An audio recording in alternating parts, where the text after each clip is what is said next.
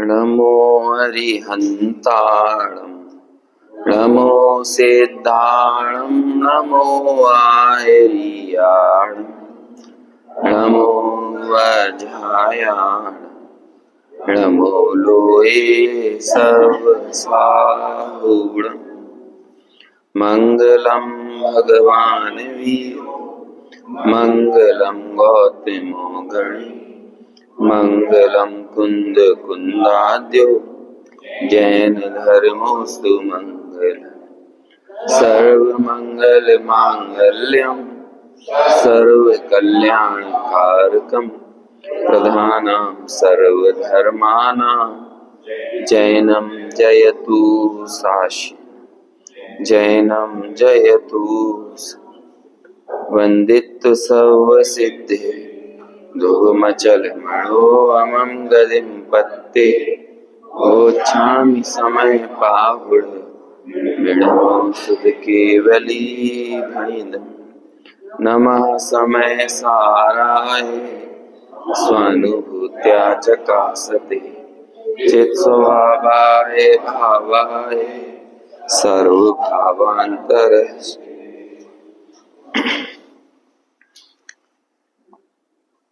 आचार्य कुंद कुंद द्वारा प्रणीत समय सार ग्रंथादिराज जीवा जीव अधिकार के अंतर्गत गाथा क्रमांक 46 पे अपनी चर्चा चल रही थी।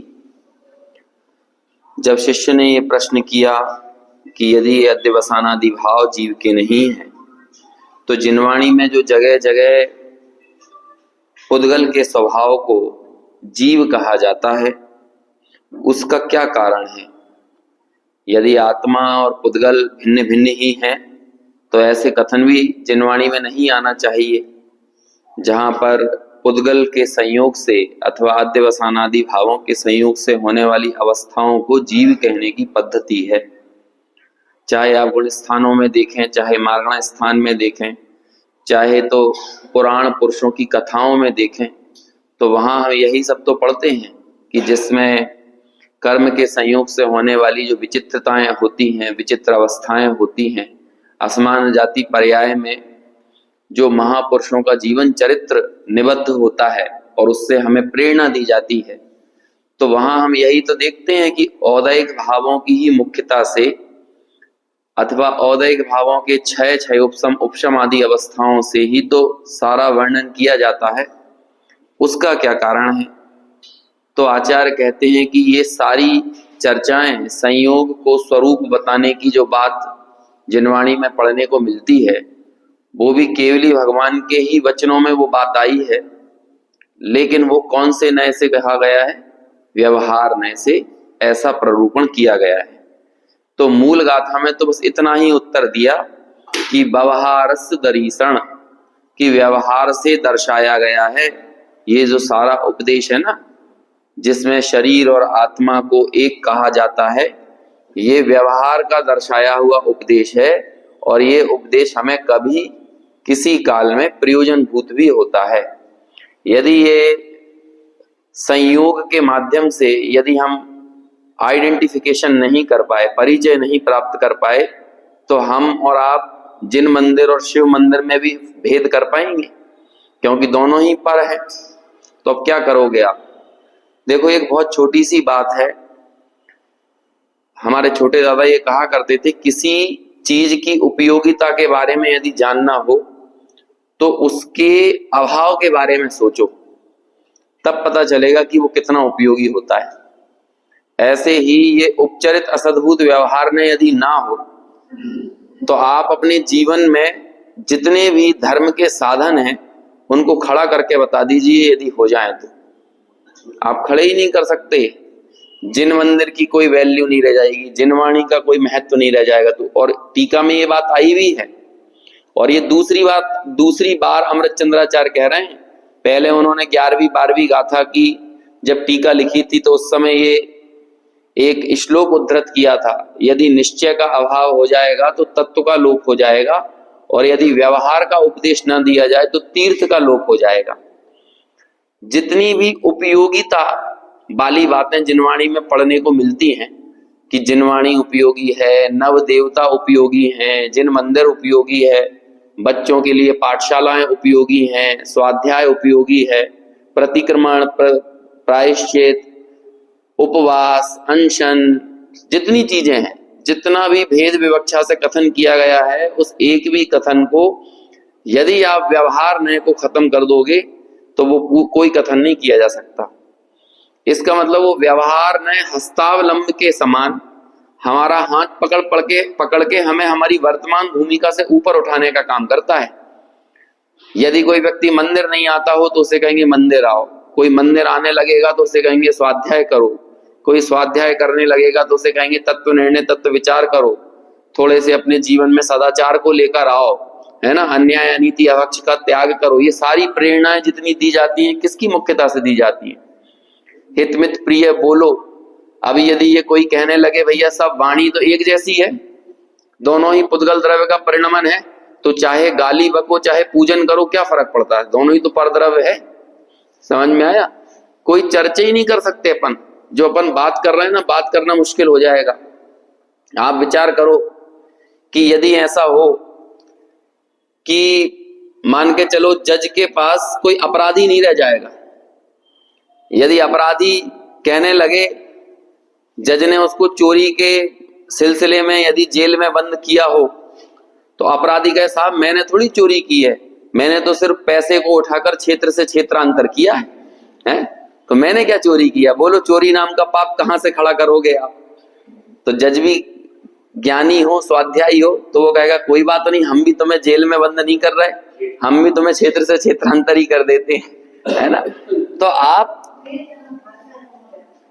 जहां भी भेद है वहां व्यवहार है, जहां जहां भेद है, जहां जहां अन्वेषण की मुख्यता है, चीजों को खोजने की मुख्यता है, वहां वहां तो व्यवहार नहीं है। तो इसलिए आचार्य यहां पर स्थापित कर रहे हैं, पूरे चरणानुयोग की उपयोगिता को स्थापित कर रहे हैं कि आप विचार तो करो, आप एक अणुव्रत खड़ा नहीं कर सकते। जब हम किसी पर, जब जीव और आत्मा, जीव और पुद्गल भिन्न भिन्न है, जीव और शरीर भिन्न भिन्न है, तो बोलो आपने किस जीव को मारा? फिर तो आप मच्छर को मारो, मक्खी को मारो, कोई फर्क ही नहीं पड़ेगा, क्योंकि उसमें रहने वाला जो आत्मा है मक्खी और मच्छर के शरीर में, वो तो भिन्न है, भिन्न द्रव है। तो आप बोलो मच्छर मक्खी को मार सकते हैं? संभव ही नहीं है ना। सत्य और असत्य का कोई भेद किया जा सकता है? फिर तो आप झूठ बोलो, तो झूठ बोलना भी पुद्गल द्रव्य का परिणमन है और सत्य बोलना भी पुद्गल द्रव्य का परिणमन है, तो झूठ और सत्य की बात खत्म हो जाएगी, चोरी और अचोरी की बात खत्म हो जाएगी। भैया इस दुनिया में कौन सा परद्रव्य मेरा है? यदि मैं आपके पास की कोई वस्तु उठाकर अपने घर ले जाऊं और आप मेरे से ये कहने लगो कि भैया हमारी चीज क्यों लेके गए, तो अपन क्या कहेंगे? आपकी चीज कहाँ है? ये तो परद्रव्य है ना। आपके गले में पड़ा हुआ जो सोने का हार है, यदि मैं तोड़ के खींच के ले जाऊं तो आप क्या कह सकते हैं? मेरे पे तो अपराधी सिद्ध नहीं होगा। तो यही तर्क दिया है यहाँ पर कि देखो, यदि तुमने इस व्यवहार नय को स्वीकार नहीं किया, और ये कहां पर स्वीकार करवाया जा रहा है व्यवहार नय? समय सार के अंतर्गत। जहां लोग ये कहते हैं समय सार तो निश्चय की बात करने वाला है, समय सार दृष्टि का विषयभूत भगवान आत्मा तो दिखाता है, लेकिन साथ में इस बात की पूरी सनद है, पूरी जागरूकता है कि दृष्टि का विषयभूत भगवान आत्मा तो व्यक्ति ना देखे और किसी स्वच्छंदता को ग्रहण कर ले, तो उस स्वच्छंदता से बाहर निकालने का प्रयास भी समय सार कर रहा है। और यही काम इस गाथा के अंतर्गत आचार्य देव ने हमारे लिए एक मार्गदर्शन हमें प्रदान किया है। एक बार फिर से अपन ये गाथा पढ़ते हैं, फिर जो टीका में हमें कुछ चर्चाएं करना थी उस दिन अपन जल्दी पढ़ गए थे। देखो, कोई न्याय को साथ लेके नहीं चल सकता है, दोनों बातें, ये श्रद्धा में तो न्याय होते ही नहीं है, भूमिका अनुसार आपके समझने की बात होती है। साथ लेके, यदि आप साथ लेके चलने की गुस्ताखी करने लगे तो आप उभयाभासी हो जाओगे। किसी क्रिया में नए नहीं होते और किसी वस्तु में नए नहीं होते, ये दो बातें हमारे दिमाग में बहुत स्पष्ट रहना चाहिए। तो इसका मतलब क्या हुआ कि एक ही तरह के वस्तु का दो विवक्षाओं से कथन किया जाता है, दो नजरिए हैं, बस सीधी बात यह है, उसके अलावा और कुछ नहीं है। सिर्फ ये कथन में ज्ञाता के अभिप्राय में नए होते हैं और वक्ता के अभिप्राय में नए होते हैं। इसका मतलब हमारी नीयत में नए हैं, और आपकी नीयत में यदि खोट है तो कहीं नए नहीं है। समझ में आया? आप समय सार की बात लेकर समय सार की गाथा बोलते हुए चरम हिंसा का सेवन कर सकते हो। अब बोलो वो समय सार की गाथा नय हो गई कि कुनय हो गई? आप समय सार की गाथा बोलो, प्राणी मरे या ना मरे, हिंसा आयतना, या क्या कहते हैं, ये प्रवचन सार की गाथा बोलने लगो। और इसमें भी एक गाथा आती है, निज आयु 6 से मरण हो, ये बात जिनवर ने कही, तू मार कैसे सकेगा जब आयु दे सकता नहीं। और बस आप इस गाथा की जाप दो और आपके हाथ पे मच्छर बैठा हो, मच्छर मार दो। मैंने थोड़ी मारा है, तो निज आयु 6 से मरण हुआ है, तू कैसे मार सकता है? तो बोलो अब समय सार की ये गाथा नय हो गई कि कुनय हो गई? इससे कुछ फर्क नहीं पड़ता कि आप जिनवाणी के शब्दों का प्रयोग कर रहे हो, लेकिन अंतर में किस अभिप्राय की पुष्टि कर रहे हो। महत्वपूर्ण बात यह है, हमें अपनी भूमिका को देखना। बनारसी दास जी के साथ क्या समस्या हुई थी? बनारसी दास जी ने इसी समय सार ग्रंथ को पढ़ा और अपने मित्रों के साथ एक कमरे में अपने वस्त्र उतारकर और नाचने लगे। हम तो मुनि बन गए, हम में तो परद्रव्य का कोई संयोग नहीं है, और बस ऐसे वस्त्र उतार के कमरे में बैठ के ध्यान करने लगे और कहने लगे देखो अब हमारे 6वां 7वां गुण स्थान हो जाएगा। ऐसे होगा कि 6वां 7वां गुण स्थान? जो कुंद कुंदाचार निश्चय ने को स्थापित करते हैं, वही कुंद कुंदाचार व्यवहार ने को भी स्थापित करते हैं। यही कुंद कुंदाचार जब सूत्र पाहुड़ लिखते हैं तो वहां पर ये कहते हैं कि भैया तुम भले तीर्थंकरी क्यों ना हो जाओ, लेकिन वस्त्रधारी कभी सीझेगा नहीं। नभी सिद्धि वत्थ दरो जदवि होए तिथैरो, नग्गो भी मोक्ष मग्गो शेषा मग गया सब्वम। नग्नता ही मोक्ष मार्ग है, यही कुंद कुंदाचार लिखते हैं। यही कुंद कुंदाचार उसी अष्टपाहुड़ में लिखते हैं, नग्गो पावई दुखम नग्गो न लहदी बोहिम। नग्न कभी भी बोधि की प्राप्ति नहीं करेगा, नग्न हमेशा दुख की प्राप्ति करेगा। अब ये बताओ, अब कोई कहने लगे क्या बात हो गई, एक तरफ तो कह रहे हैं नग्नता ही मोक्ष मार्ग है और दूसरी तरफ वही कुंद कुंदाचार। कोई दूसरा व्यक्ति बोलता तो समझ में आता। वही कुंद कुंदाचार अष्टपाहुड़ के एक पाहुड़ में अलग बात कहते हैं और अष्टपाहुड़ के दूसरे पाहुड़ में दूसरी बात कहने लगते हैं। तो अब क्या मतलब हुआ? द्रव्य लिंग की स्थापना भी की, लेकिन भाव लिंग वगैरह के द्रव्य लिंग को सम्मान भी नहीं दिया, उसका सत्कार भी नहीं किया। तो दोनों ही बातें हुई ना। नग्गो पावई दुखम, अकेले तुम बाहर से नग्न हो लेकिन भाव से नग्न नहीं हो। भाव से नग्न मतलब भीतर से निर्ग्रंथता नहीं है। तो क्या कहते हैं? नग्गो पावई दुखम, नग्गो संसार सायरे भमदी। नग्न जो है ना वो संसार सागर में भ्रमण करेगा। नग्गो नालही बोहिम, नग्न कभी भी बोधि की प्राप्ति नहीं करेगा। कौन सा नग्न? जिन भावना वज्ज जो सुरम, जिसके भीतर जिन भावना यानी सच्ची जिनेन्द्र की भावना। सच्ची जिनेन्द्र की भावना मतलब क्या? जो हमने 3 प्रकार की स्तुति पढ़ी थी ना, जो इंद्रिया जनितता, जिन कौन कहलाता? जिसने इंद्रियों को जीता है, जिसने द्रव्य इंद्रिय को जीता है, जिसने भाव इंद्रिय को जीता है, जिसने इंद्रियों के विषयों को जीता है, और ऐसी भीतर से जिसके निर्ग्रंथता प्रकट हुई है, जिसने मिथ्यात्व और क्रोध मान माया लोभ आदि कषायों को जीता है, वो व्यक्ति भाव से नग्न है। अब देखो कुंद कुंदाचार क्या कहते हैं, यदि तुम द्रव्य से नग्न हो तो कहते हैं द्रव्य से नग्न तो त्रियंच गति के जीव भी हैं। और वही कुंद कुंदाचार उस शिथिलाचार के ऊपर भी प्रहार करते हैं कि कोई अकेले निश्चय न की बात सुन ले और पूरे के पूरे तीर्थ का लोप कर दे। कहते हैं कोई अणुव्रत की जरूरत नहीं है, कोई महाव्रत की जरूरत नहीं है, कोई द्रव्य लिंग की जरूरत नहीं है, हम तो घर में बैठे बैठे आत्मा आत्मा का जाप करते करते मोक्ष चले जाएंगे। तो वही कुंद कुंदाचार कहते हैं भैया तीर्थंकर भी होगे तो भी नहीं सींचोगे, जदा भी होए तिथैरो। अब ये काम किया कि नहीं? अब समय सार में भी उन्हें ये बात की जरूरत महसूस हुई कि हम लगातार अध्यवसानादि भावों का, शरीर आत्मा नहीं है, पौद्गलिक संयोग आत्मा नहीं है, इस बात का निषेध करते चले आ रहे हैं। तो अभी हो सकता है कि ये समय सार को पढ़ने वाला व्यक्ति एकत्व व्यक्त आत्मा की अनुभूति तो ना करे, लेकिन वो पूरे चरणानुयोग के आग लगा देगा। आग लगाना सिर्फ यही नहीं होता कि माचिस की तीली से आग लगा देना, अपनी नजर से उतार देना, अपने हृदय में उसके प्रति विरोध लेके आ जाना, ये भी उसको आग लगाने की तरह तो होता है। और हम लोगों पे आरोप भी लगते हैं मुमुक्षुओं पे, कहते ये समय सार की बात करते हैं, बाकी जीवन में चरणानुयोग तो कुछ दिखता नहीं है। हालांकि ये बात अलग है कि सबसे ज्यादा चरणानुयोग में मुमुक्षु ही पाले हुए हैं, है ना, है अभी जो जो इस स्वाध्याय से जुड़ा हुआ है उसके जीवन में आप नहीं देखोगे कि वो रात्रि भोजन करता हो, कि वो जमी कंद का सेवन करता हो, कि वो बिन मंदिर जाए अपना दिन, उसका दिन गुजरता हो, कभी ऐसा नहीं होगा। तो वो स्वाध्यायी जीव के जीवन में यथा योग श्रावक के अनुकूल आचरण दिखता है, लेकिन लोगों को ये लगता है कि आचरण का उन्होंने एक पैरामीटर तय कर दिया है कि वहां पहुंच के ही आचरण की शुरुआत होती है। और अपन ने एक दिन बोला था कि मुनिपना चरित्र की, संयम की शुरुआत नहीं है। यदि आपके अंदर निर्ग्रंथ भाव पैदा हुआ है, छोड़ने की शुरुआत का नाम मुनिपना नहीं है, छोड़ने की पूर्णता का नाम मुनिपना है। और लोगों को क्या लगता है छोड़ने की शुरुआत होती है मुनि बनकर, छोड़ने की शुरुआत नहीं होती। अब आपको छोड़ना कुछ बाकी नहीं रहा, मात्र एकमात्र शरीर पर वस्त्र रह गए थे, अब ये भी आपको उचित नहीं लग रहा है, तो ये छोड़ने का अंतिम बिंदु है। त्याग का प्रथम बिंदु मुनिपना नहीं होता, त्याग का अंतिम बिंदु मुनिपना होता है। लेकिन जमाने को क्या लगेगा यदि आप अभ्यास ना करो, ज्ञान प्रत्याख्यान के योग्य सुमेल को नहीं समझो, इसकी संधि को नहीं जानो, तो लोगों को तो यही लगता है कि बिना मुनि बने कोई धर्म होता ही नहीं है।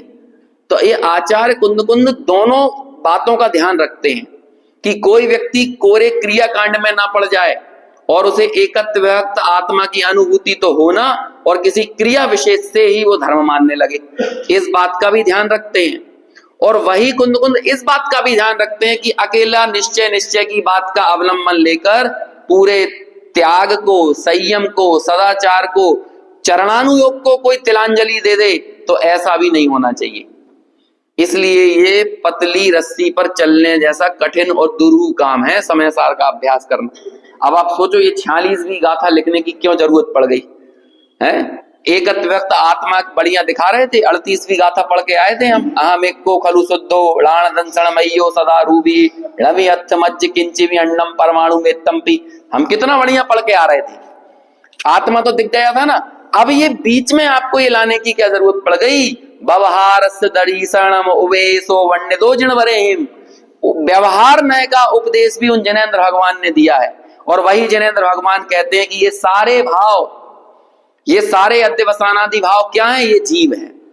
जीवा एदये सव्वे अज्वसानादो भावा, ये लिखी ना 46वें नंबर की गाथा में। देखो अपन पढ़ते हैं, फिर टीका की चर्चा करेंगे आगे। 95 पेज नंबर पर निकालिए। व्यवहारस्य दर्शन मुव एसो वन्यदो जिनवरेहिम,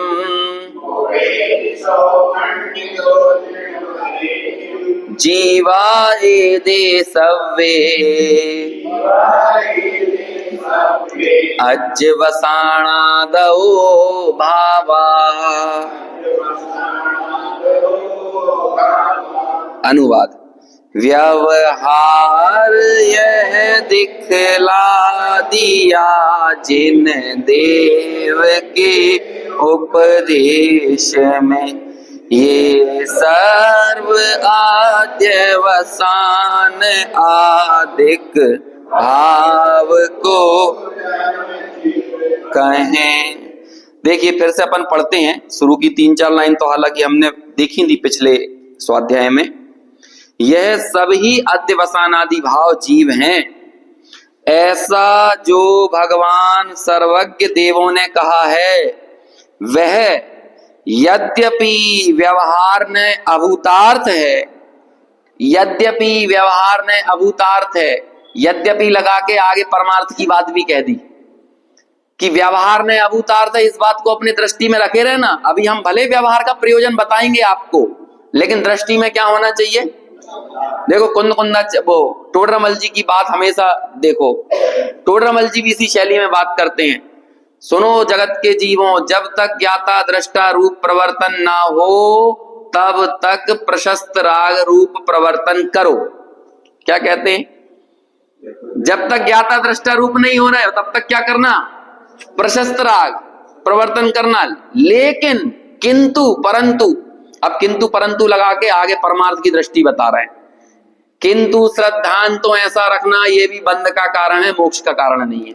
बस इतनी सी लाइन आप समझ लोगे, आप निश्चयाभासी नहीं होगे, व्यवहाराभासी नहीं होगे। दोनों चीजें हो गई। व्यवहार ने उपयोगी है, लेकिन व्यवहार ने का विषय उपादेय नहीं है। उपयोगी और उपादेय में अंतर मालूम है? हाथ में प्लास्टर चढ़ा हो तो बोलो ये जो प्लास्टर है वो उपयोगी है कि नहीं? उपयोगी है, लेकिन उपादेय नहीं है। क्योंकि जब तक वो हाथ में प्लास्टर चढ़ा रहेगा तब तक आप यही सोचोगे कब खुले कब खुले। तो उपादेय क्या है? हड्डी का जुड़ना उपादेय है। समझ में आया? दवाई खा रहे हो डायबिटीज की, ब्लड प्रेशर की या कोई और वायरल फीवर की, तो दवा उपयोगी है कि नहीं? उपयोगी है, लेकिन उपादेय है नहीं है। तो ये उपयोगी किसे कहते हैं? तदात्वे प्रयोजनवान, जो अपने काल में प्रयोजनवान हो। तो जब तक तुम्हारा वायरल फीवर है, अब देखो वो एंटीबायोटिक के बारे में आता है, अभी कुछ दिनों पहले एंटीबायोटिक जागरूकता सप्ताह मनाया गया। अब काय के लिए मनाया जाता है? वो कहते हैं एंटीबायोटिक एक लिमिट से ज्यादा मत खा लेना, एंटीबायोटिक बिना डॉक्टर के प्रिस्क्रिप्शन के बगैर एंटीबायोटिक मत ले लेना, एंटीबायोटिक समय के पहले छोड़ मत देना और समय से ज्यादा मत खा लेना। सब चीजें बोलते हैं कि नहीं? ऐसे ही व्यवहार ने समय के पहले मत छोड़ देना, और व्यवहार ने समय से ज्यादा बनाए भी मत रखना। समझ में आया? और जैसे डॉक्टर की उपस्थिति में एंटीबायोटिक ली जाती है, ऐसे ही गुरु के मार्गदर्शन में व्यवहार का सेवन किया जाता है। सेवन करना मतलब उसे यथा योग्य उपयोगी माना जाता है। और कौन से गुरु हैं हमारे? यही है आचार्य कुंद कुंद। बताते हैं 12वीं गाथा में बताकर आए हैं कि जब तक अपरम भाव में हो, जब तक अंतिम ताव से उतरे हुए सोने के समान शुद्धता नहीं आई है, तब तक पूर्व के सोनों की 14वें ताव का सोना 13वें ताव से ज्यादा शुद्ध है। बोलोगे कि नहीं? ऐसे ही आपके जीवन में जो यथा योग्य संयम आया है, आपका गुणस्थान चढ़ा है, तो उस गुणस्थान को, उन अध्यवसानादि भावों को दर्शाएगा कि नहीं व्यवहार में? इसे ही बोलते हैं तदात्वे प्रयोजनवान। अपने समय में अपनी भूमिका में जाना हुआ प्रयोजनवान है व्यवहार ने, जाना हुआ प्रयोजनवान है। गुरुदेव श्री इस पर बहुत बल देते थे, और जब अपन ने 12वीं गाथा की चर्चा की तब भी इस पर देखा। जाना हुआ प्रयोजनवान, जानने में आता हुआ प्रयोजनवान, करते हुए प्रयोजनवान नहीं, अपनाते हुए प्रयोजनवान नहीं, श्रद्धा करते हुए। श्रद्धा का विषय नहीं बनेगा वो व्यवहार में। क्या कह रहे हैं? उपयोगी है, उपादेय नहीं है। समझ में आया? ऐसे ही उपयोग का, ज्ञान स्वभाव का अपने ज्ञायक में जुड़ना, ज्ञान की वर्तमान पर्याय का अपने त्रिकाली ध्रुव में जुड़ना, ये तो उपादेय है। लेकिन जब तक वो नहीं जुड़ रहा है तब तक क्या है? कहते हैं जब तक ज्ञाता दृष्टा रूप वर्तन ना हो तब तक प्रशस्त राग रूप प्रवर्तन करो। लेकिन उस समय श्रद्धा क्या रहेगी? 20 साल से आप दवाई का सेवन कर रहे हो ब्लड प्रेशर की, और 5 दिन पहले भी यदि पत्ता खत्म होने वाला हो तो पहले ही अपने घर में मेडिकल में जाकर व्यवस्था कर लो कि 6वें दिन की दवाई अभी से आ जाए। कितना ज्यादा हम अटेंटिव होके, अलर्ट होकर दवाई का सेवन करते हैं। लेकिन बोलो एक भी दिन दवाई खाते समय उसमें ऐसा लगता है आज तो बहुत मजा आया, आज एक और बार हमने ब्लड प्रेशर की दवा खाई तो बहुत मजा आया, ऐसा लगता है। जब तक भी 20 साल नहीं 50 साल खाते रहो, लेकिन हर दिन क्या सोचोगे? अपने मनोरिया जी हैं अशोकनगर वाले, है ना, वो कम से कम 40 सालों से इंसुलिन का इंजेक्शन उनको चल रहा है। 35-40 साल हो गए, एक भी दिन कभी भी चूक नहीं हुई 35-40 साल में। लेकिन वो कहते हैं कि एक भी दिन में से उपादेय नहीं मानता हूं। एक भी दिन, हर रोज ऐसा लगता है बिल्कुल अपने आप उनका दिमाग में साइकिल फिट हो गई है कि भोजन के पहले वो इंसुलिन लगना है, मतलब लगना है। कभी दवाई में चूक नहीं हुई 35-40 साल से। तो अभी कोई कहेगा कितना ध्यान रखते हैं इंसुलिन का, रखते हैं कि नहीं, लेकिन उपादेय मानते हैं कि नहीं। ऐसे ही है यहाँ पे, व्यवहार में उपयोगी है लेकिन उपादेय नहीं है। तदात्वे प्रयोजनवान, अपनी भूमिका में प्रयोजनवान है। यही लिखा ना, यद्यपि व्यवहार ने अभूतार्थ है, ये परमार्थ की बात बता दी, तथापि व्यवहार ने को भी बताया है। क्योंकि जैसे फिर वही मलेच्छ भाषा वाली बात जो 8वीं गाथा में गई थी, जैसे मलेच्छ भाषा मलेच्छों को वस्तु स्वरूप बतलाती है, उसी प्रकार व्यवहार ने व्यवहारी जीवों को परमार्थ कहने वाला है। आप एक लाइन बोलकर बता दो बिना व्यवहार के, आप एक लाइन नहीं बोल सकते। सम्यक दृष्टि का जीवन भी नहीं चल सकता व्यवहार के बगैर। समझ में आया? जबकि सम्यक दृष्टि के श्रद्धा में व्यवहार का विषय नहीं है। वो सम्यक दृष्टि हुआ है तो कैसे हुआ है? भूदत्त मस्जिदो खलु, भूतार्थ के आश्रय से वो सम्यक दृष्टि हुआ है, लेकिन उस सम्यक दृष्टि को भी इस व्यवहार नय का अवलंबन लेना पड़ रहा है। अरे इन आचार्यों को, छठवें सातवें गुण स्थान में झूलने वाले मुनिराजों को भी व्यवहार का अवलंबन लेके आत्मा बताना पड़ा कि नहीं, कि ज्ञान दर्शन चारित्र वाला जो होता है वो आत्मा होता है, गुण स्थान मार्गणा स्थान से रहित जो होता है वो आत्मा होता है। तो याद तो करना पड़ा ना गुण स्थान मार्गणा स्थान को आत्मा बताने के लिए। तो क्यों करना पड़ा? एक लाइन नहीं बोल सकते आप व्यवहार नहीं के बगैर। सम्यक दृष्टि भी बोलेगा। चौथा पांच ऐसा कहते हैं, अब सम्यक दृष्टि की पत्नी के ऊपर संकट आ जाए तो क्या कहेगा वो? अब ये तो परद्रव्य है, मैं इसे बचाने वाला कौन होता हूं? उसके वही तो धर्मायतन हो, आपके मंदिर के ऊपर संकट आ जाए तो बोलो क्या करोगे? कहते हैं अब आप अपने धर्मायतनों की रक्षा ना करे यदि अवरत सम्यक दृष्टि देशव्रति, तो कहते हैं वो श्रावक कहने के योग्य नहीं है। मुनि राजों पे संकट आ जाए, बोलो लड़ जाएगा, कत्ल भी कर देगा यदि मौका पड़ जाए सम्यक दृष्टि होके। आप क्या समझ रहे हो? तो बोलो ये भेद विभाग किया, कैसे किया? धर्मायतन और अनायतन का विभाग कैसे किया आपने? स्व स्त्री पर स्त्री का विभाग कैसे किया? स्वपुत्र पर पुत्र का विभाग कैसे किया? स्वदेश परदेश का विभाग कैसे किया? चलो दिग्व्रत और देशव्रत बनाओ बिना व्यवहार नहीं के। जब पूरी पृथ्वी परद्रव्य है तो अब आप चाहे अमेरिका जाओ, चाहे लंदन चले जाओ, चाहे जापान चले जाओ, तो सभी तो परद्रव्य है। अब दिग्व्रत देशव्रत कैसे लोगे बिना व्यवहार नहीं के? अनर्थ दंड व्रत करके बताओ बिना व्यवहार नहीं के। ये बिजली वगैरह परद्रव्य है, पानी परद्रव्य है, वायु परद्रव्य है, तो पंखा चलाओ, एसी चलाओ, कूलर चलाओ, क्या फर्क पड़ता है? सब तो परद्रव्य है, बना सकते हो। तीर्थ का लोप हो जाएगा, समझना है। अभी मैं श्रावक के 12 व्रतों में घटा रहा हूं, ऐसे ही आप महाव्रतों में घटा सकते हो। और वही तर्क दे रहे हैं यहाँ पे। क्या तर्क देंगे? कि यदि व्यवहार ने से आप जीव और पुद्गल को एक नहीं जानोगे, मानने वाली भले में मानोगे ऐसा बोल भी दूं ना, तब भी आपको क्या समझना है? जानोगे। मानोगे अंदर के श्रद्धा से जुड़ा हुआ विषय है, लेकिन जानना ये श्रुत ज्ञान का विकल्प है। समझ में? ऐसा नहीं जानोगे तो आप 12 व्रतों में से एक भी व्रत खड़ा नहीं कर पाओगे।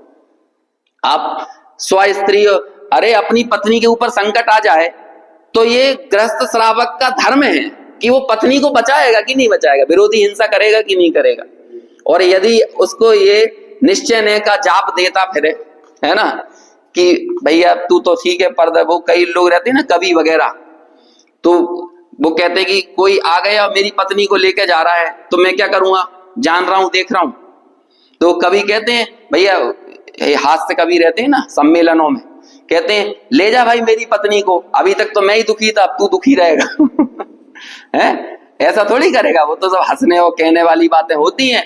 अंदर से तो वो जानेगा कि नहीं कि ये मेरी स्त्री है, मेरे पुत्र हैं, मेरी दुकान है, मेरा मकान है, मेरे धर्मायतन है, और सारी चीजें करेगा। भी ये थोड़ी कर देगा कि अपना जो व्यवसाय है, न्याय नीति से चलने वाला व्यवसाय, वो व्यवसाय किसी और के नाम सौंप देगा, ऐसा थोड़ी करने लगेगा। उसका भी यथा योग्य संरक्षण करेगा, आजीविका का यथा योग्य संरक्षण करेगा। क्यों? क्योंकि ग्रस्त जीवन में यदि आप आजीविका से निर्विकल्प नहीं हो तो आप हमेशा पराधीन बने रहोगे, दीन बने रहोगे, और दीनता में धर्म कैसे करोगे? इसलिए 7वां प्रतिमाधारी आरंभ त्याग प्रतिमा तक दुकान चलाता है।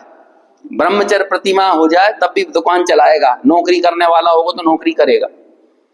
आरंभ त्याग प्रतिमा जब आती है 8वें नंबर की ना, उसके बाद वो इनकम को बंद करता है। उससे पहले तो अपना जीवन निर्वाह करने के लिए जितनी जरूरी इनकम है ना उसकी व्यवस्था रखता है। लेकिन आजकल तो क्या होता है, चादर ओढ़ा और उसके बाद समाज के ऊपर समर्पित हो जाओ, ऐसा होता है कि नहीं? नहीं। डॉक्टर साहब ने लिखा है अपने धर्म के 10 लक्षण में भी आया है कि ब्रह्मचारी को सिर्फ बना के ही नहीं खाना है बल्कि कमा के खाना है। कमा के भी खाने की जिम्मेदारी है।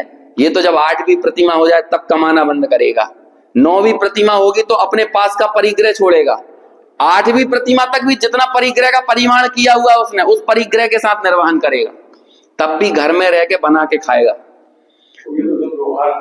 हाँ, वो बढ़कर जगह तो हाँ, तो ये सारी चीजें हैं। अब वही तो कह रहे हैं, यदि अकेला निश्चय न का उपदेश हो अपने यहाँ पे, तो हम में और वेदांतियों में कोई अंतर नहीं रह जाएगा, सांख्य मतियों में और हम में कोई अंतर नहीं रह जाएगा। सांख्य मत से जैन शासन की जो पृथकता है, जो शादवाद शैली है, वो यही तो मुखर होती है, इन्हीं पंक्तियों में तो मुखर हो रही है कि देखो इतने उग्र निश्चय की बात चल रही थी और उस बीच में यहाँ पर चरणानुयोग को स्थापित कर रहे हैं समय सार के भीतर। देखो आगे पढ़ते हैं अपन। परमार्थ का कहने वाला है इसलिए, अब देखो कितनी अपरमार्थ भूत होने पर भी कौन है, हर एक लाइन में व्यवहार को तमाचा भी मार रहे हैं और ये भी कह रहे हैं कि भूमिका अनुसार करो तमाचा भी मार रहे हैं, ये कह रहे हैं तू अपरमार्थ भूत है, तब भी समझ में आया ना, तब भी धर्म तीर्थ की प्रवृत्ति के लिए क्या करना पड़ेगा, व्यवहार न बतलाना न्याय संगत ही है, असंगत नहीं है, अन्याय नहीं है व्यवहार का कथन, बल्कि क्या है, न्याय संगत है। और आप जिनवाणी में देखोगे तो 99.9% कथन मिलेगा व्यवहार नय का, क्योंकि आत्मा समझ में नहीं आ सकता यदि व्यवहार नय ना हो तो। अब देखो आगे परंतु यदि व्यवहार नय ना बताया जाए तो क्या होगा, परमार्थ से यानी निश्चय से। अब हमने क्या सुन लिया, जो समय सार में सुनते चले आ रहे हैं, जीव और शरीर भिन्न भिन्न है, तो जीव और शरीर भिन्न बताए जाने के कारण जैसे आप भस्म को राख को मसल देते हो, ऐसे ही आप क्या करोगे, सारे जीव उठाओ, क्या कहते हैं, चींटियों का ढेर लगाओ, और आपने क्या कर दिया, एकदम फट फट फट फट वो मार दिया उनको चींटियों को। एक रैकेट लिया, वो आग वाला रैकेट मच्छर मारने का, और उससे आपने पूरे घर के मच्छरों को मार दिया। क्यों, कोई पाप नहीं लगना चाहिए ना, क्योंकि शरीर और आत्मा तो भिन्न भिन्न है। तो हमने मच्छर की आत्मा को कहां मारा है, मच्छर के शरीर को ही तो मारा है। अच्छा ये बताओ, शरीर को मारा जा सकता है ना आत्मा को मारा जा सकता है, ना शरीर को मारा जा सकता, तो फिर कौन किसको मारता है। किसे कहते हैं हिंसा, प्रमत्त योगात प्रण व्यपरूपण हिंसा। तुम जब किसी जीव के प्राण का घात कर रहे हो तो अंदर में जो प्रमाद परिणति हुई है, हिंसा में प्रमाद परिणति मूल है, कहते हैं कि नहीं, और विषय सेवन में अभिलाषा मूल है। ये टोडरमल जी की लाइन है, तो सूक्ति की तरह है, आप हर जगह इन्हें अप्लाई कर लो।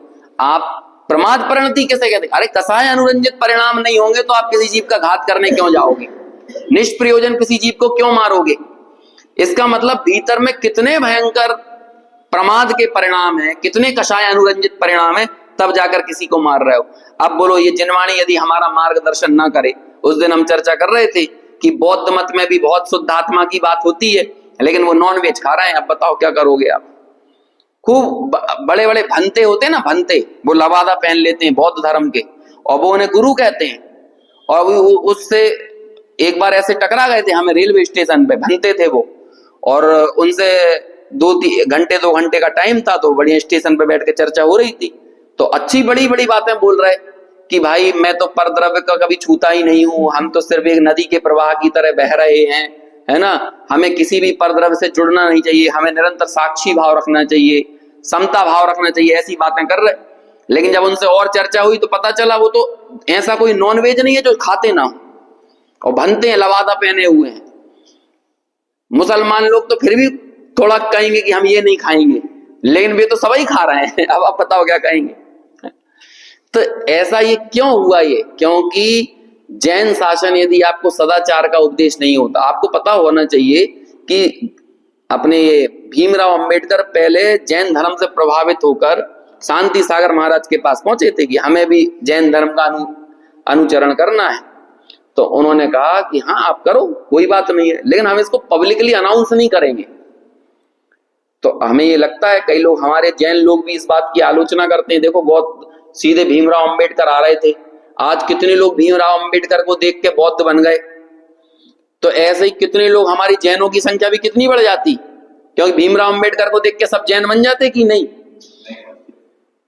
अरे हम कह रहे हैं बन भी जाते, लेवल चिपक जाता उन पे जैनों का, लेकिन उनका आचरण बदलता क्या। अब वो यदि हिरण मार के खा रहे हो तो नाम तो हो गया जैन, ऊपर ऊपर से अपनाने तो लगे। भीमराव अंबेडकर तो जैन धर्म को समझ के जैन बन रहे थे, लेकिन बाकी जो उनके अनुयायी थे भी तो देखा देखी में बन रहे थे कि उन्हें लग रहा था जब हमारा हीरो जो है, हमारा जो पुराण पुरुष है, उनके लिए पुराण पुरुष जैसे ही है वो, जब वो जैन बन रहे हैं तो हमें भी बनना चाहिए। तो उन्हें कौन जैन धर्म की पवित्रता, जैन धर्म की विशुद्धि, जैन धर्म का सदाचार, इस सब का ज्ञान था। तो बस नाम से जैन बन जाते, अपनी संख्या बढ़ जाती, लेकिन हमारे यहाँ की जो पवित्रता है, जो शुद्धि है, उस शुद्धि का क्या होता, उस सदाचार का क्या होता। वो जो क्वालिटी है, क्वांटिटी बढ़ जाती लेकिन क्वालिटी के साथ कॉम्प्रोमाइज करना पड़ता कि नहीं पड़ता। ये है जैन चरणानुयोग की विशेषता। और मनुष्य हो, और मनुष्यों के जीवन में तो सदाचार ही शोभा देता है। हम नारकियों से अपेक्षा नहीं कर सकते। नारकी को सम्यक दर्शन के पहले ज्यादा सदाचार की शिक्षा थोड़ी दी जाएगी, लेकिन मनुष्यों के लिए तो सदाचार का व्यवहार चलेगा ही। आप त्रियंचों से किस सदाचार की उम्मीद करोगे? त्रियंच को तो सीधे एक वक्त आत्मा दर्शा दोगे, और वो 1.5 अकल लगाता भी नहीं है। 1.5 अकल लगाने का काम करता है मनुष्य। तो उसको ये समझाना पड़ता है, ये नए शैली में उसको चरणानुयोग के बारे में, सदाचार के बारे में, श्रावक के अष्टमूल बताए जाते हैं, श्रावक के 12 व्रत बताए जाते हैं, 6 आवश्यक बताए जाते हैं। तो ये सब बताना पड़ता है, क्योंकि धर्म तीर्थ की प्रवृत्ति इससे ही चलती है। इसलिए देखो, दोनों बातें एक लाइन में, दोनों चीजें आती हैं। व्यवहार नए अपरमार्थ भूत होने पर भी व्यवहार का उपदेश देना न्याय संगत ही है। देखो कितनी बढ़िया लाइन है। क्या कहते हैं? व्यवहार नए, वो बोलो इस लाइन को, अपरमार्थ भूत होने पर। ये दृष्टि का विषय बता दिया आपको आचार्य ने। व्यवहार नए अपरमार्थ भूत है, ये दृष्टि का विषय। मतलब परमार्थ भूत क्या है? निश्चय ने, निश्चय भूदत्तमस्य दो खलु, भूतार्थ के आश्रय से यदि सम्यक दृष्टि होता है। और व्यवहार ने अपरमार्थ भूत होने पर भी धर्म तीर्थ की प्रवृत्ति के लिए उसका उपदेश देना न्याय संगत ही है। क्योंकि यदि ये नहीं देंगे तो जैसे भस्म को मसल देने में हिंसा का अभाव है, उसी प्रकार त्रस स्थावर जीवों को निशंकतया मसल देने, कुचल देने या घात करने पर भी हिंसा का अभाव ठहरेगा। आप हिंसा अहिंसा को परिभाषित नहीं कर सकते, सत्य असत्य को नहीं कर सकते, परिग्रह अपरिग्रह को नहीं कर सकते, ब्रह्मचर्य को नहीं कर सकते, शील और अशील को परिभाषित नहीं किया जा सकता। समझ में आया? चौर्य और अचौर्य को परिभाषित नहीं किया जा सकता। और इन 5 पापों में हमारी निरर्गल प्रवृत्ति ही बंध का कारण कही जाती है। जब बंध की व्याख्या होती है तो ऐसे ही होगी ना। आप 5 पापों में प्रवृत्ति क्यों कर रहे हो? क्योंकि पर द्रव्य में इष्ट बुद्धि है। यदि पर द्रव्य आपको इष्ट अनिष्ट भाषित नहीं होगा तो पर द्रव्य में प्रवृत्ति क्यों करोगे?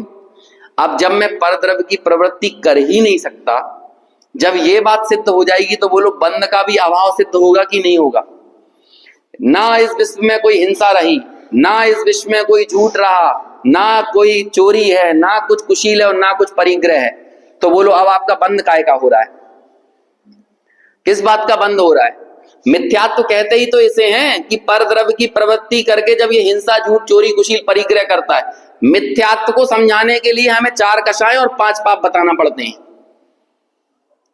बाल बोध में पहले तो कौन सा पाठ लिखा? लमोकार मंत्र, है ना। और जैसे ही फिर 1-2 पाठ होते हैं, देव दर्शन वगैरह की चर्चा हुई और उसके बाद सीधे आ जाता है पाप। तो सबसे पहले बच्चों को क्या सिखाने लगते हैं बाल बोध में आके?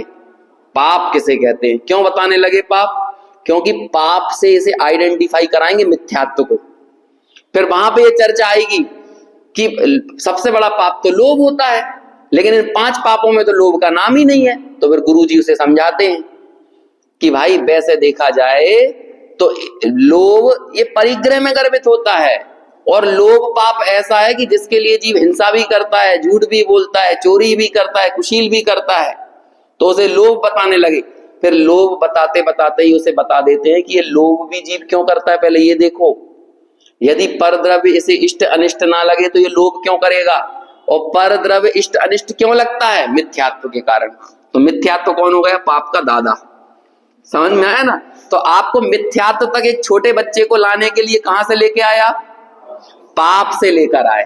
तो ऐसे ही यहां पर आचार्य हमें भी बोलते हैं कि यदि व्यवहार नहीं होगा तो पाप ही नहीं बचेगा इस विश्व में कोई, और जब पाप नहीं होगा तो बंध नहीं होगा। बोलो, नहीं हुआ ना बंध, और बंध नहीं होगा तो बंध के अभाव रूप मोक्ष नहीं होगा। क्योंकि मोक्ष किसे कहते हैं? बंध के अभाव का नाम ही तो मोक्ष है। तो देखो अब किन किन चीजों को हमने खो दिया। अकेले व्यवहार नय को बाहर कर देने से कितनी बड़ी हानि होती है। आपका संसार खत्म हो गया, संसार मार्ग खत्म हो गया, मोक्ष मार्ग खत्म हो गया और मोक्ष खत्म हो गया। तो बोलो पूरे जैन शासन को हमने एक व्यवहार नय में आग लगाकर पूरे जैन शासन में आग लगा दी। बोलो ये निश्चय बात। ये सारी गाथाओं का उल्लेख टोडरमल जी ने भी किया। टोडरमल जी ने व्यवहाराभासी को समझाने के लिए इन चर्चाओं को छेड़ा। नए चक्र पढ़ोगे आप, डॉक्टर साहब का नए चक्र पढ़ना, परम भाव प्रकाशक नए चक्र, तो ये 46वीं गाथा वहां पर भी उद्धृत की है। इतनी जरूरी गाथा है। चल रहा है समय सार, लेकिन उपयोगिता किसकी बताई जा रही है? व्यवहार नहीं की। लेकिन अपने दिमाग में एक बात हमेशा रखना, क्योंकि आगे जाकर इसको धोने वाले हैं, इसको शरीर को आत्मा मानने की मान्यता को धोने वाले हैं। क्यों? क्योंकि शरीर को आत्मा मानोगे तो एकत्व व्यक्त आत्मा नहीं दिखेगा। तो आगे जाकर 49वीं गाथा में और 50 से 55वीं गाथा में इन सबको एक बार फिर क्या कह देंगे? ये जीव के भाव नहीं है, ये गुणस्थान मार्ग स्थान है, कुछ जीव के भाव नहीं है। क्योंकि एकत्व व्यक्त आत्मा में यदि इसका मिलान किया तो तुम्हें कभी भी दृष्टि का विषय मिलने वाला नहीं है। उपयोगी तो है लेकिन उपादेय नहीं है।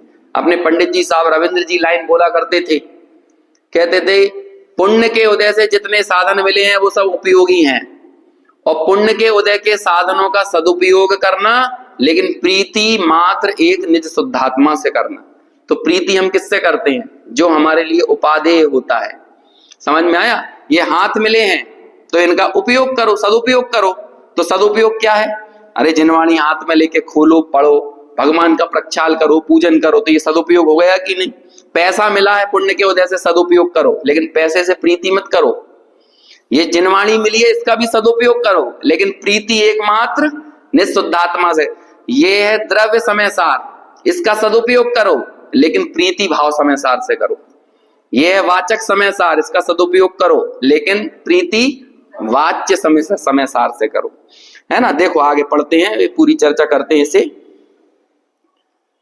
हिंसा का अभाव ठहरेगा और इस कारण बंध का भी अभाव सिद्ध होगा, तथा परमार्थ के द्वारा जीव राग द्वेष से भिन्न बताया जाए। और भिन्न बताए जाने के कारण क्या हुआ? रागी द्वेषी मोही जीव कर्म से बंधता है। अब राग द्वेष मोह भी जीव से भिन्न हो गए ना? तो बोलो फिर हम राग द्वेष का अभाव करने के लिए ये प्रयास क्यों कर रहे हैं? यहाँ पे हम तो पहले से ही भिन्न हैं। आगे एक कलश आएगा निर्जराधिकार में। निर्जराधिकार में भी ऐसे ही बड़ी उग्र बातें चलने वाली हैं। तो वहां पे एक कलश आता है कि ये संसारी जीव आत्मा को तो देखता नहीं है, लेकिन क्या करता है? मैं पर द्रव्य से भिन्न हूं ऐसा मानकर पुलक बदना, मुंह फुलाकर और छाती फुलाकर ऐसे बैठ जाता है। कहते हैं मेरे को तो कोई बंध नहीं छूता, मेरे पर द्रव्य को नहीं छूता, और मैं कहता हूं मैं सम्यक दृष्टि हूं। ऐसा एक कलश है, सम्यक दृष्टि स्वयं अहम जातु बंधो न मे स्यात्, है ना? 137 नंबर का शायद कलश है।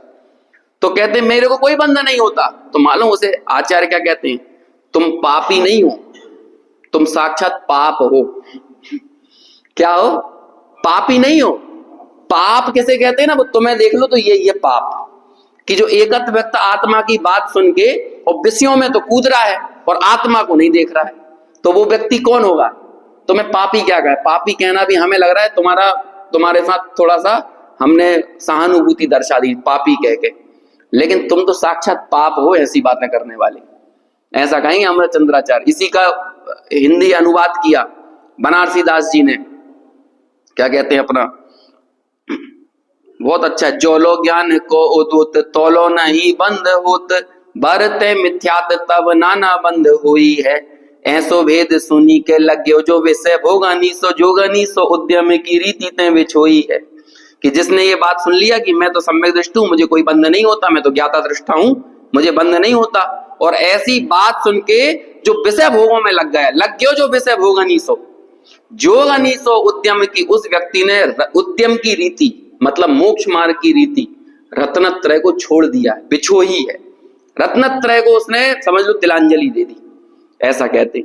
तो ये इन बातों से क्या समझ में आता है? हर बात को उसकी भूमिका के अनुसार प्रयोजन परकता के साथ समझो, लेकिन श्रद्धा हमेशा निश्चय के विषय की करते हुए वस्तु स्वरूप के अनुसार अपनी अनुभूति को जागृत करो, है ना। देखो आखिरी लाइन पढ़ते हैं, रागी द्वेषी मोही जीव कर्म से बंधता है, उसे छुड़ाना इस प्रकार मोक्ष के उपाय का के ग्रहण का भी अभाव हो जाएगा और इससे मोक्ष का भी अभाव हो जाएगा। इस प्रकार यदि व्यवहार नय ना बताया जाए तो बंध मोक्ष का अभाव ठहरता है। भावार्थ और पढ़ लेते हैं। परमार्थ नय तो जीव को शरीर तथा राग द्वेष से भिन्न कहता है, यदि इसी का एकांत ग्रहण किया जाए तो शरीर तथा राग द्वेष मोह पुद्गलमय सिद्ध होंगे, तो फिर पुद्गल का घात करने से हिंसा नहीं होगी तथा राग द्वेष मोह से बंध नहीं होगा। इस प्रकार परमार्थ से जो संसार मोक्ष हैं उन दोनों का अभाव कहा है, एकांत से यह ही ठहरेगा, किंतु ऐसा एकांत रूप वस्तु का स्वरूप नहीं है। अवस्तु का श्रद्धान ज्ञान आचरण अवस्तु रूप ही है। बोलो, वो श्रद्धा ज्ञान चारित्र को भी क्या कह दिया, वो भी अवस्तु है तुम्हारा, यदि इसे नहीं मानोगे तो। इसलिए व्यवहार नय का उपदेश न्याय प्राप्त है। इस प्रकार श्यादवाद से दोनों नयों का विरोध मिटाकर श्रद्धान करना सो सम्यक तो है। ये अपनी चर्चा हुई। बाकी कल सैटरडे संडे है।